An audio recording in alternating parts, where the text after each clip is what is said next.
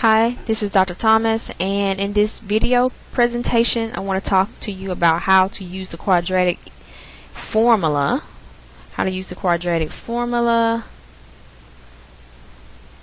To solve quadratic equations with complex solutions. Alright, let's first just refreshen our memory about complex solutions. And let's say you had x squared plus 25 equals 0. Now you could use the quadratic formula on this, but an easier way to do this would be to subtract 25 from both sides. And you will get x squared equals negative 25.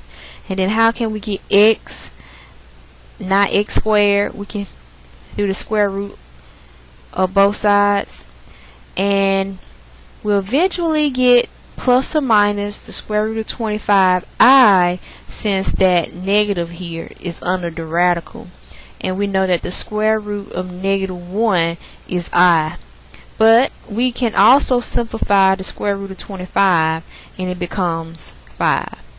So the answers here are positive 5i and negative 5i. So don't forget that once you do the square root of both sides, you're supposed to have two answers, a positive answer and a negative answer. Now here's the quadratic formula. It's negative b plus or minus the square root of b squared minus 4ac all over 2a. So it's important that you memorize this formula.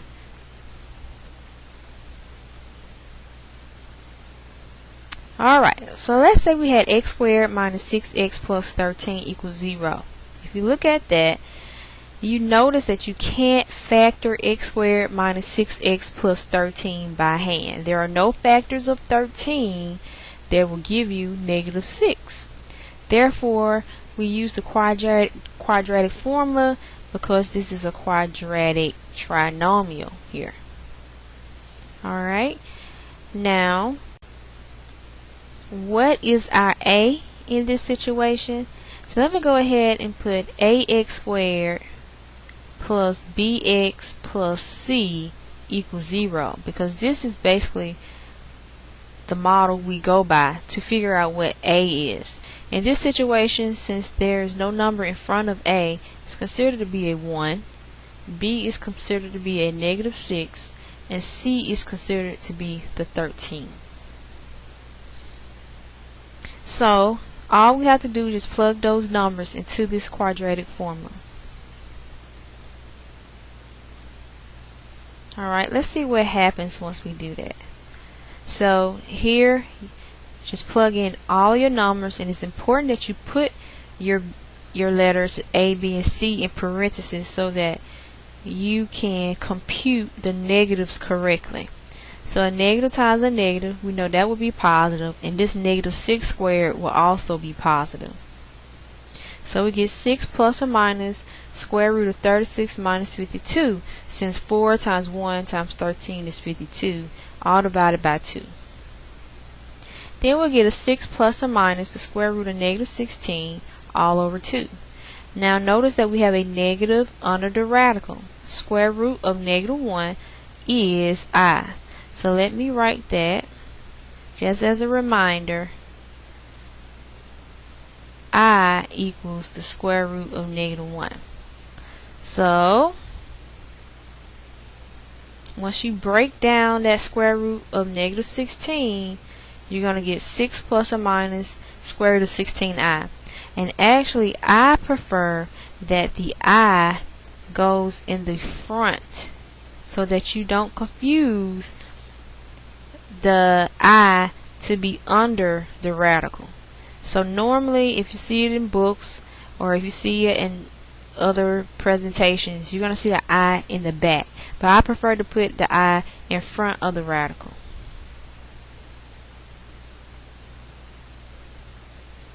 Alright, which gives you 6 plus or minus 4i over 2. Now, this can be simplified because all three of these numbers can be divided by 2, which will give us 3 plus or minus 2i. Alright, so what I want to do now is go over some problems from the text. Alright, so let's look at this. Page 165 here. Let's go ahead and work out number 71 here. 4x squared plus 16x plus 17.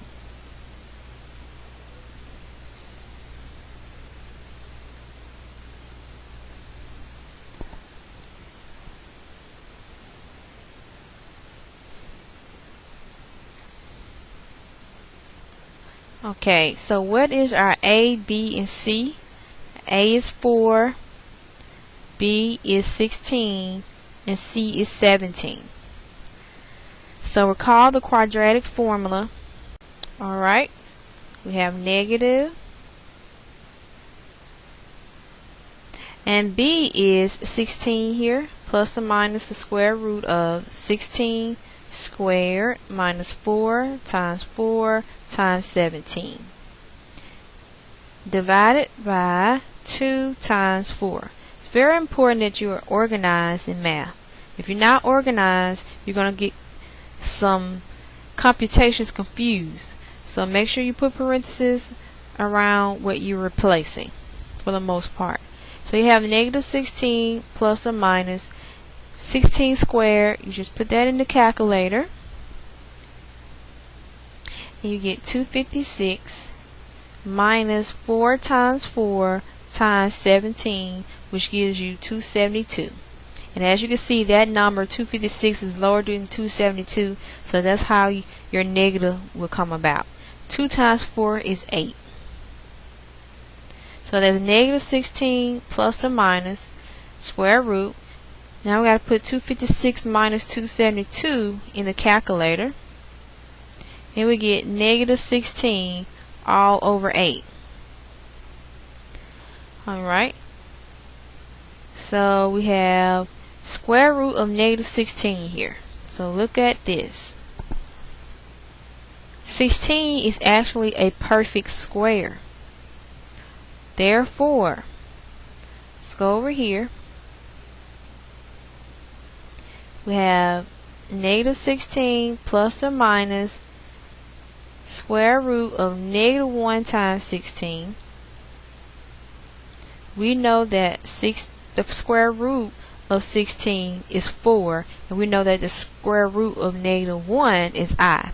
So we're going to have 4i here divided by 8. And since all three of these numbers can be divided by 4, we need to reduce here.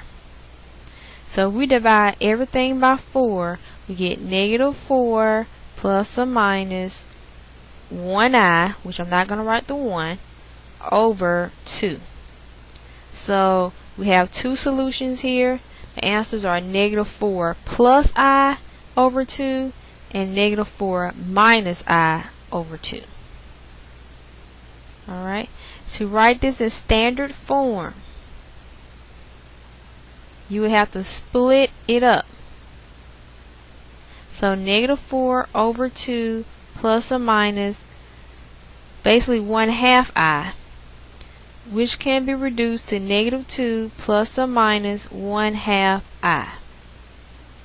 Alright, so this is in standard form. Negative 2 plus or minus 1/2 I. And you could have done that from the get-go. You could have said negative 16 divided by 8 is negative 2 and 4 divided by 8 is 1/2. So negative 2 plus or minus 1/2 I is the final answer. Let's try number 73. Looks very, very similar. So let's just try our hand at this number 77. It has a decimal involved. So let's try that. Pretty weird, right? It has a decimal involved. Now what you can do from the get-go is get rid of this decimal by moving. If you move this one place to the right, it becomes a whole number. But you have to realize you have to do that for everything in this equation. So if you multiply everything times 10, basically it becomes 14x squared and then this becomes 20x, and this becomes 100. Now this looks like it can be reduced, right? Because 2 can go into all of these numbers. So let's divide everything by 2. We get 7x squared minus 10x minus 50 equals 0. So this is what you can do the quadratic formula on. So let's try it. We have x equals negative b. So in this case, a equals 7, b equals negative 10, and c equals negative 50. So x equals negative 10 plus or minus the square root of b squared minus 4 times 7 times negative 50. All over 2 times 7. So let me make sure I did this correctly. Negative b plus or minus square root of b squared minus 4 times a times c. All over 2a. Alright, let's simplify this a little bit. Negative of a negative 10 is positive 10 plus or minus the square root of negative 10 squared 100 minus. In your calculator, you should do 4 times 7 times negative 50. Now I know it should become a positive, right? Positive here. So 4 times 7 times 50 equals 1400. All over 14. Alright? So we have 10 plus or minus square root of 100 plus 1400, which is 1500, divided by 14. So we didn't end up with a negative under the radical here. So here your answer does not involve complex solutions. Now you have 10 plus or minus the square root of 1500, but are there perfect squares in 1500? Yes, a 100 is a perfect square. 100 times 15 is 1500. So I can get this square root of 100 is 10. Get that 10 out. And we're not finished because all 3 of these numbers are divisible by 2. So you divide 2 into 10 5 times, plus or minus 5 again, all over 7. If you were asked to put this in standard form,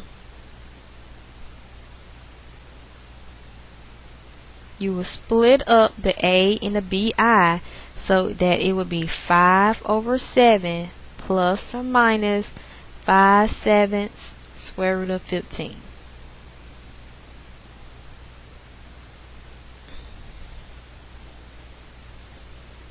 Alright, that concludes this video on how to use the quadratic formula involving complex solutions. I hope that it helped.